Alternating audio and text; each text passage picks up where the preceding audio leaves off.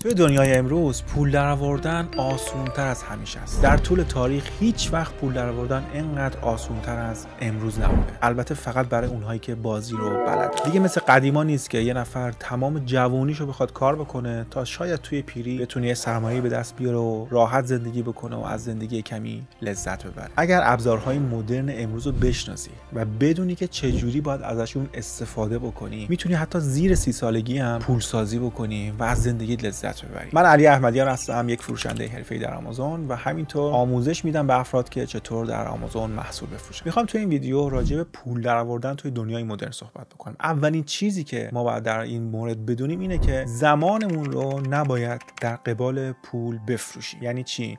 یعنی نریم یک جای کار بکنیم، یک ساعتی رو کار بکنیم و در ازاش پول دریافت بکنیم. اینجوری هیچ وقت به پول نمیرسیم. حالا اگر یک شغل خوبی داشته باشیم، یک درآمد خیلی بالایی داشته باشیم، مثلا یک پزشک رد بالایی باشیم، یک مدیر ارشد یک شرکت بزرگ باشیم، اون شاید خوب باشه، یه درآمدی داریم که به هر حال زندگی خوبی میتونیم باش داشته باشیم. ولی همون افراد هم نمیتونن به یک درآمد خیلی زیادی برسن، چون دارن باز هم در ازای زمانی که میذارن، جایی که دارن کار میکنن، یه مبلغی رو دریافت میکنن و هیچ وقت به پول زیادی نمیرسن. حالا اگر یک شغل کوچیکی داشته باشیم، یک شغل پایینی داشته باشیم، مثلا تخصص خاصی نداشته باشیم، اون که اصلا دیگه هیچی، فقط در جا میزنیم. یعنی 10 سال گذشته ماشینمون رو حتی نتونستیم عوض بکنیم. ولی خب شاید شما مجبور باشی که کار بکنی، روزمرت بچرخه. ولی چیزی که باید توی ذهن شما باشه اینه که باید برای خودتون کار بکنید. الان شاید مجبور باشید که برید یه جایی رو زمانتون رو بذارید و پولی به دست بیارید، ولی باید همین پولی که به دست میارید رو بتونید یک جای سرمایه‌گذاری بکنید و یک بیزنس برای خودتون بسازید تا بتونید به یک درآمد خوب برسید. در غیر این صورت به درآمدی که مد نظرتون هست نخواهید رسید. دومین موردی که شما رو میتونید تو دنیای مدرن به پول برسونه اینه که در واقع یک مجموع از مهارت‌ها رو داشته باشید و بتونید یک تخصص منحصر به فرد برای خودتون تولید بکنید. مثلا چیزی که برای من اتفاق افتاده، مثلا من سوشال مدیا رو یکم بلدم، ویدیو درست کردن بلدم، ادیت بلدم، آمازون رو خیلی خوب توش مسلطم و از طرفی دیگه مثلا رفتم کلاس فن بیان، صحبت کردن رو یاد گرفتم که چجوری صحبت بکنم و این مهارت توضیح دادن رو هم خیلی خوب بلدم. این رو به صورت ذاتی بلدم که یعنی یک چیز خیلی پیچیده رو میتونم خیلی ساده بکنم و خیلی ساده توضیح بدم، جوری که همه متوجه بشن. و این تونست برای من یک درآمد ایجاد بکنه که من بتونم ازش پول در بیارم. معروف ترین آدمی که شاید بشه مثال زد در این مورد ایلان ماسک. ایلان ماسک الان هم ریاضی بلده، هم فیزیک بلده، هم برنامه‌نویسی بلده، حتی سوشال مدیا رو میشناسه، نمیدونم روانشناسی بلده، مدیریت بلده با کارکنانش چجوری رفتار بکنه. همه این مهارت‌ها کنار هم جمع شده و شده ایلان ماسک که تونسته چندین شرکت خیلی موفق در سطح دنیا داشته باشه. بنابراین در دنیای مدرن خیلی مهمه که شما مهارت‌های زیادی رو به دست بیارید. حالا شاید نیاز نباشه که خیلی تخصصی یک مهارت رو داشته باشید، ولی باید یک کمی از یک مهارت، یک کمی از یک مهارت دیگه و همینطور هی به خودتون اضافه بکنید و در نهایت تبدیل میشید به یک آدم خیلی کارآمد که میتونه کارهای خیلی زیادی رو خیلی خوب انجام بده و حتی میتونه یک تخصصی رو ایجاد بکنید که فقط منحصر به فرد شماست، فقط شما میتونید اون رو انجام بدید. و مطمئن باشید که وقتی تبدیل بشید به چنین آدمی، به راحتی میتونید پول در بیارید، به راحتی میتونید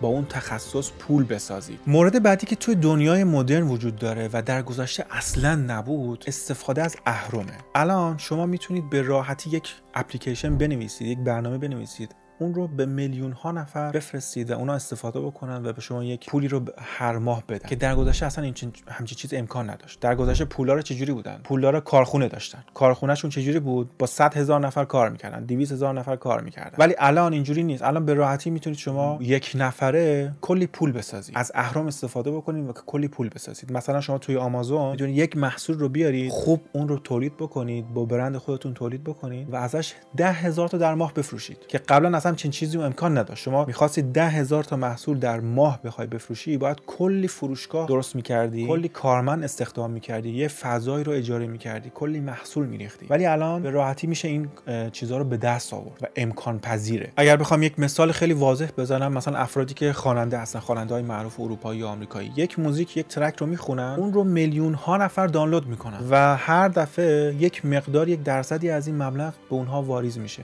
به اونها میرسه. یک بار یک ویدیو رو ضبط کرده، خونده و اون رو به میلیون ها نفر تا آخر عمرش هم میتونه بفروشه و این به این میگن اهرم که در گذشته اصلا چنین چیزی امکان نداشت. و نکته جالبی که اینجا وجود داره اینه که شما اگر مثلا یک رک رو میخونید، این رو یک زمانی رو گذاشتید و این رو خوندید، یک فیلمی رو ساختید، یه زمانی رو گذاشتید، یه هزینه کردید، یک بار اینو ساختید. اگر این فیلم، این موزیک یا اون محصول رو که توی آمازون دارید میفروشید چه 100 نفر بخرن، چه 100 میلیون نفر بخرن، یا چه 100 نفر ببینن یا چه 100 میلیون نفر ببینن، هیچ فرقی برای شما نمیکنه. شما یک زمانی رو گذاشتید، هزینه رو کردید، تموم شده رفته. مهم اینه که بعدش چه اتفاقی میفته. اگر اون محصولی که تولید کردید، اون چیزی که درست کردید خوب باشه، به راحتی میتونه تبدیل به اهرم بشه و پول زیادی برای شما بسازه. توی آمازون هم همینطوره. مثلا شما یک محصول رو در ماه 10 تا بفروشید یا 10,000 تا بفروشید، زمانی که میذارید هیچ فرقی نمیکنه، چون شما میتونید بعد برید کمپین‌های تبلیغاتی رو نگاه بکنید، برید چک بکنید، فروشتون رو چک بکنید، هیچ فرقی نمیکنه که 10 تا بفروشید یا 10,000 تا بفروشید. تایمی که از شما میگیره یکسان. بنابراین برای پول درآوردن باید بریم سراغ کارهایی که توانایی تبدیل شدن به اهرم دارن، میتونن راحت تکثیر بشن بدون اینکه ما زمان زیادی رو بذاریم یا ما درگیر اون بشیم. مورد بعدی که باید بهش توجه بکنید اینه که شما باید سعی بکنید که نه تنها درآمد بسازید بلکه دارایی هم بسازید. یعنی حالا درآمدی که دارید، فقط به فکر اینکه یک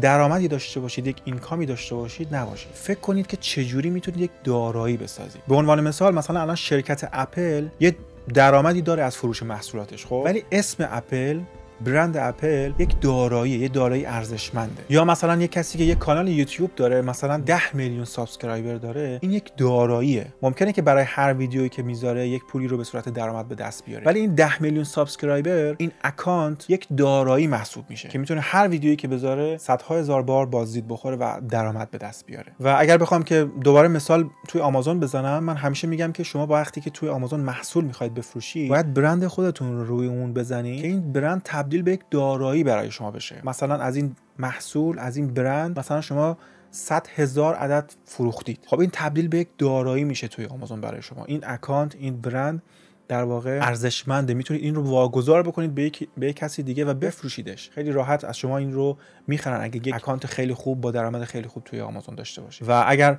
بیاید براش سوشال مدیا بسازید، براش وبسایت بسازید، اینا همش یک دارایی میشه، تبدیل شده به یک برند که یک ارزشمندی داره که شما میتونید اون رو تبدیل به پول بکنید. بنابراین خیلی مهمه که شما وقتی یک کاری رو شروع میکنید، این تبدیل به یک دارایی بشه برای شما، تبدیل به یک سرمایه بشه که حتی بتونید واگذارش بکنید. و مورد آخر این که اگر میخواید واقعا موفق بشید و به پول برسید، باید استمرار داشته باشید. تو هر کاری که وارد میشید باید استمرار داشته باشید. یعنی اصلا کاری نیست که شما استمرار داشته باشید توش و موفق نشید. ممکنه برای هر کسی با توجه به شرایطی که داره یا موقعیتی که توش هست زمانش متفاوت باشه. مثلا یکی 1 سال ممکنه، یکی 10 سال طول بکشه. ولی اگر استمرار توی یک چیزی داشته باشید، مطمئن باشید در نهایت شما به اون چیزی که میخواید میرسید، به اون موفقیتی که میخواید میرسید. و چیزی که نباید برید دنبالش اینه که نخواهید یک شب پولدار بشید. مثلا برید بگید خب من برم کریپتو بخرم، برم بیت کوین بخرم، برم اتریوم بخرم، نمیدونم یک ارزی نمیدونم ترند شده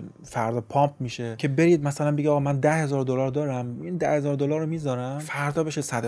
اصلا با چنین تفکری هیچ وقت شما به پول نمیرسید. شما سر زندگیتون، سر سرمایه‌ای که دارید، همش دارید قمار میکنید. نباید چنین ذهنیتی داشته باشید. اصلا هر چیزی که سریع بتونه به دست بیاد سریع هم از دست میره. این که شما بخواید سریع پولدار بشید یا مثلا یک ارزی رو بخرید که سریع پامپ بشه و پول زیادی به دست بیارید، خیلی خیلی ریسکیه و خیلی احتمال کمی وجود داره که شما به موفقیت برسید. و شما نباید زندگیتون رو سر این احتمال کم قمار بزنید. شما باید برید بگید خب من تصمیمم اینه که پولدار بشم. بنابراین تصمیماتی رو بگیرید که کمترین ریسک رو داشته باشن، نه اینکه تصمیماتی بگیرید که ریسک خیلی بالایی داشته باشن که شبیه به قمار باشه. یک برنامه 5 ساله 10 ساله برای خودتون بذارید. بگید آقا من توی 5 سال دیگه میخوام فلان جا باشم. بعد اینو کوچیک کوچیکش بکنید. بگید آقا اصلا 1 ماه دیگه مثلا میخوام فلان محصولمو داشته باشم، میخوام فلان سرمایه گذاری رو مثلا برم فلان سهام شرکت رو بخرم، فلان مهارت رو میخوام به دست بیارم که بتونم به تخصص خودم اضافه بکنم، بعد یک ایده هم دارم که میخوام اون رو مثلا تو 2 سال آینده اجرا بکنم. بنابراین باید با واقعیت و عقلانی پیش برید، ریسکی کار نکنید، احساسی کار نکنید. این فقط میتونه شما رو عقب بندازه. مثلا میتونه 2 سال زندگی شما رو نابود بکنه یا 3 سال شما رو عقب بندازه و مجبور بشید که از صفر شروع بکنید. بنابراین امیدوارم که این ویدیو برای شما مفید واقع شده باشه و اگر خواستید که آمازون رو یاد بگیرید، فروش در آمازون رو یاد بگیرید و وارد این بیزنس بشید، من لینک دوره فروش در آمازون رو اینجا براتون میذارم که میتونید اون رو ببینید.